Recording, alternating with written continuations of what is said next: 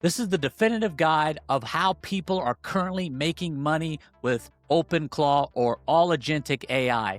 And I'm going to show you how you can too, and even what I'm doing in my own business. I've spent hundreds of hours researching how are people actually making money with OpenClaw, because when I got into it, agentic AI, which means AI that can basically do its own thing and it's out of the box, I wanted to see how people are making money. I just don't want more entertainment. We have enough of that.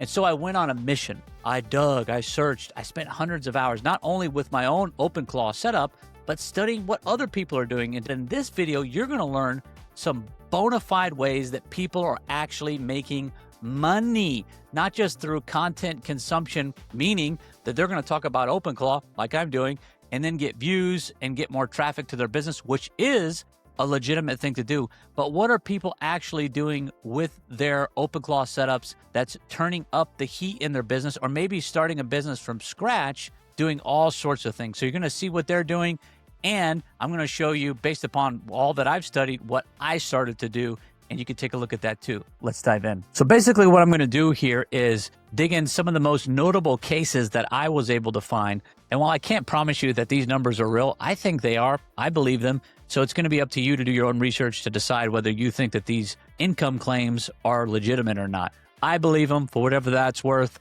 but let's dive in and take a look. These weren't the only ones that I found. These were just some notable ones. And if you click the link in the description, you can get a link to this and go check out these people on your own. I linked to them all here. You can actually just go click here or click around and it will take you to their Twitter and places where they're at and all that stuff. So these numbers are real as far as I'm concerned. And we're going to break down how they did it. As far as I could tell, I've listened to interviews, I've read their posts, I've tried to track along, but based upon my study, I did hundreds of hours of studying so that you don't have to, and you could borrow from that time and be advanced. Okay, I need to say that most AI use cases are optimization theater. They do things like make their productivity a little bit more productive. Hey, can you read this book? Can you read this blog post? Those kind of things. And you know what? People are doing that with OpenClaw too. And I guess that's fine, but that's not what I'm after. I wanted to see how people are actually making money. So I want to build things that sell. Here's what I found that most of all the winners had in common. They basically had one agent, one task, one channel. So what does that mean?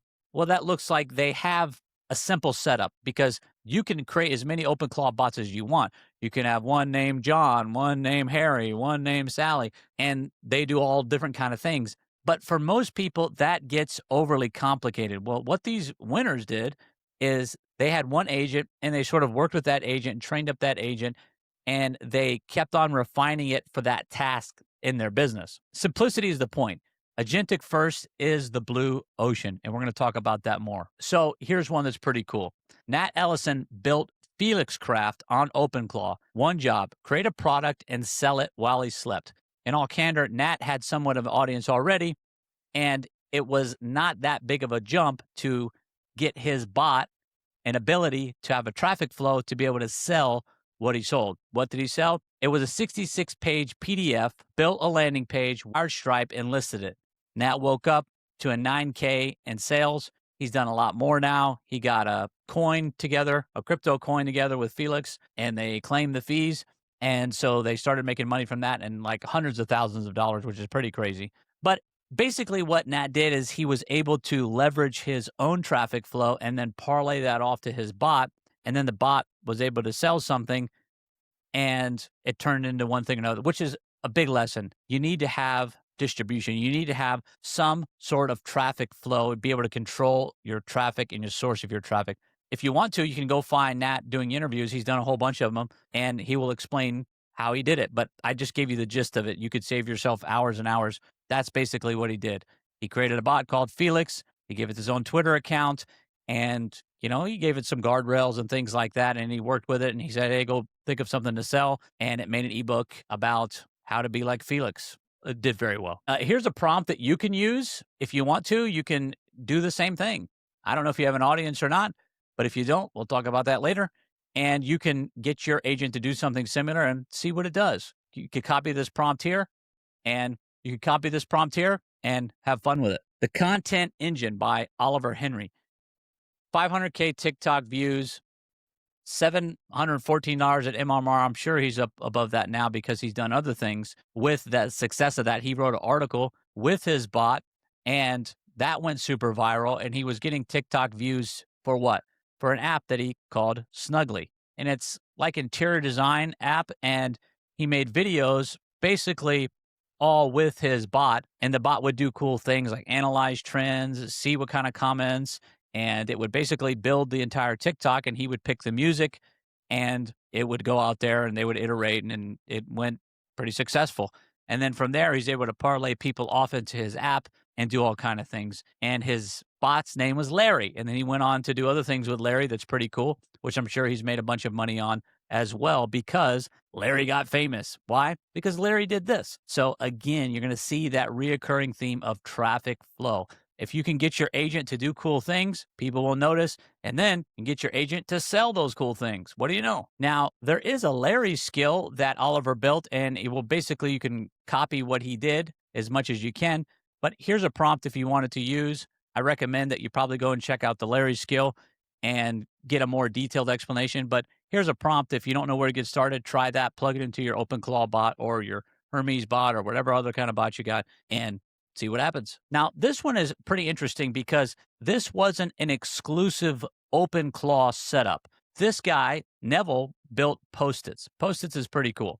And actually, Oliver used Post-its with Larry. So take that for whatever it's worth. So he already had built it.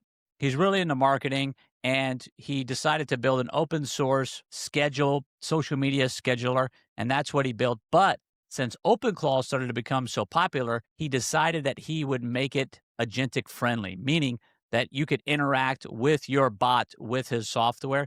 And when he did that, in connection with Oliver's viral post, he was able to get all kind of what?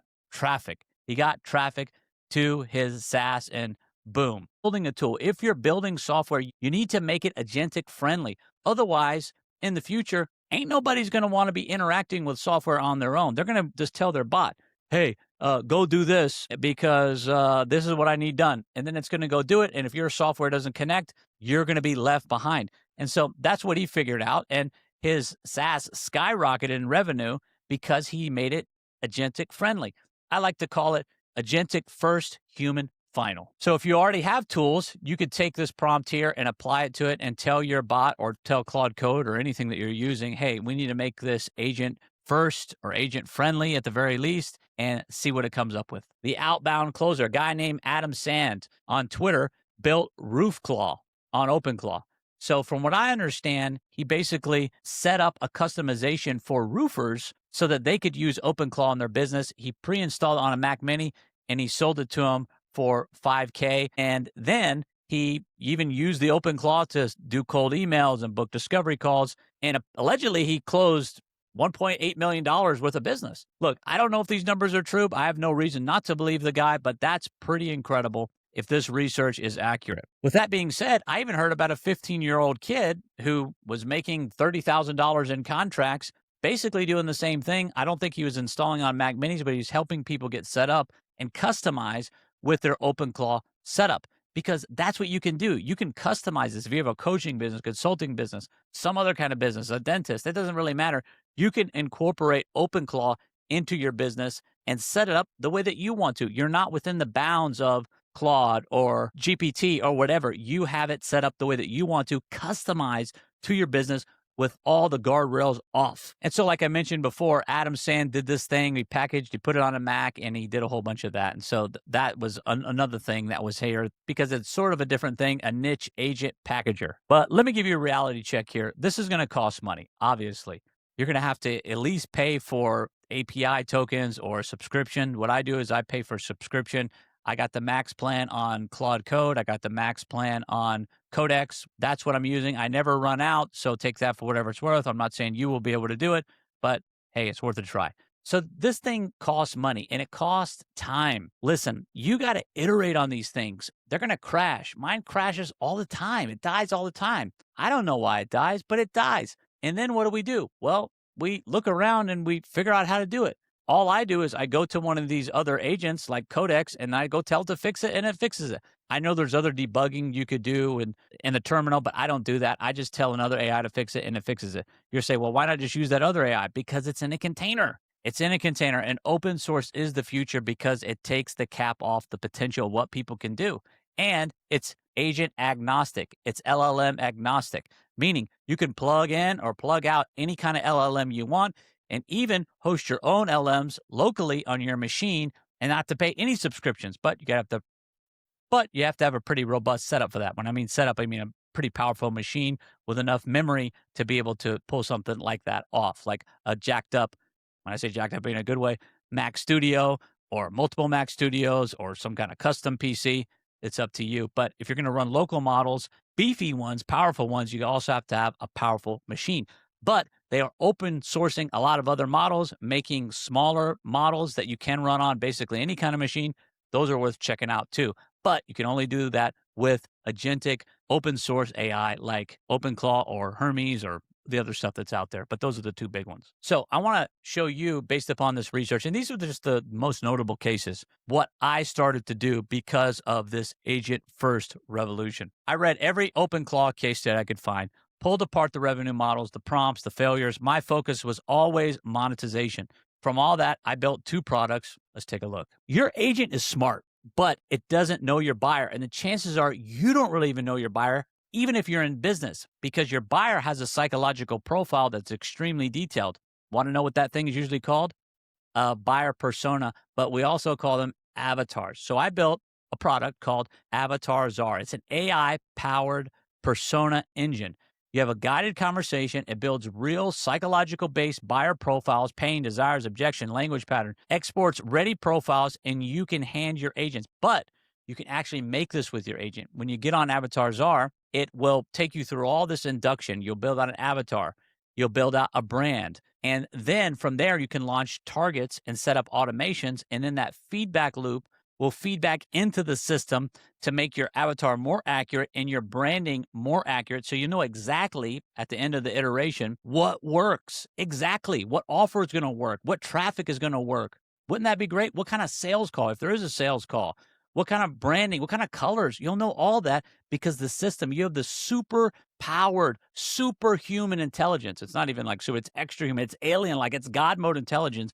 When you use AI to power this intelligence, it puts it all together and it makes it smarter and smarter than any marketing team, any of the best world's marketing team. What if you had the power of $1 billion marketing agency at your disposal and you can make your avatar and your branding that accurate? That's what Avatar Czar does. So the way that you do it, you get in, you connect it with your OpenClaw, and then your OpenClaw will guide you through this. You'll create avatars, you'll create brands, and you'll create targets, and then those automations will be carried out to or through your OpenClaw, and your OpenClaw will report back to Avatar Czar, and they will iterate and iterate and iterate and get it dialed in, basically, and hopefully with as much limited involvement by you as possible. We don't want you in the loop, not because we don't like you, but because why do we want to do the work? We're just going to mess it up. We're just going to oversee it and let the agents do all the heavy lifting. I built Avatar Czar backed by over 500 peer-reviewed journals on psychology, buyer psychology, so that we can know the avatar exactly. And we can know exactly how they think, how they buy, how they develop trust, how they break trust, so that it could affect monetization. Now, I'm enrolling beta users, beta testers. So if you want to check that out, let me know, reach out, and we'll see if you're a good fit. But then I thought, okay, so it's doing the right thing. It's going to be based upon iteration. But how does the bot really know what to do? So then I thought the bot needs a super brain powered on entrepreneurship, on online entrepreneurship. So that's when I built Clawpreneur. Hey, it's a great name. I was surprised it was available. I got it early. Clawpreneur gives your agent a super entrepreneur brain. It gives it a money-making brain. Turns your agent into a money-making operator. So before Clawpreneur, you just have the out-of-the-box Claw that everyone has. After, it's superpower with all these engines. What kind of engines? Audience engines, traffic engines, revenue engines, and a lot more. And so now it's like super smart about business and monetization, and it could take those targets that you set in Avatar Czar, and now it's got a super brain and a super intelligence based on entrepreneurship. specifically online entrepreneurship. And it's going to go out there now informed about how to execute these things and actually make the money. So we got audience engine, we got traffic engine, we got offer and conversion, outcome engine, launch engine, traffic search, retention engine, and we're adding more all the time. So it supercharges your claw, your agent, to become a God mode, God tier entrepreneur. If you want to try that one out, reach out to me and we'll get you plugged in. So, hey, look, what's the message? The message is you got to get in and start building, testing things. We're not here to be entertained. I love AI. I love tech. I love these things just as much as the next guy. But I want to be able to affect change in the marketplace by adding value, by building things that people want, that people will use, that will make their life better and to make their business better. And that's the exchange. That's capitalism. So that's what this channel is about. And if you want to know more about that, and you want to keep on staying plugged in, and you want to know more about AI as it relates to monetization, subscribe to this channel, like this video, comment. It means a lot. Relatively new channel. So we're getting up, growing and flowing, trying to make it to 1,000, all that stuff. Subscribe. I'll see you in the next video. Hey, and you could go and get this page yourself and go copy these prompts. The link to it will be in the description. See you on the next video.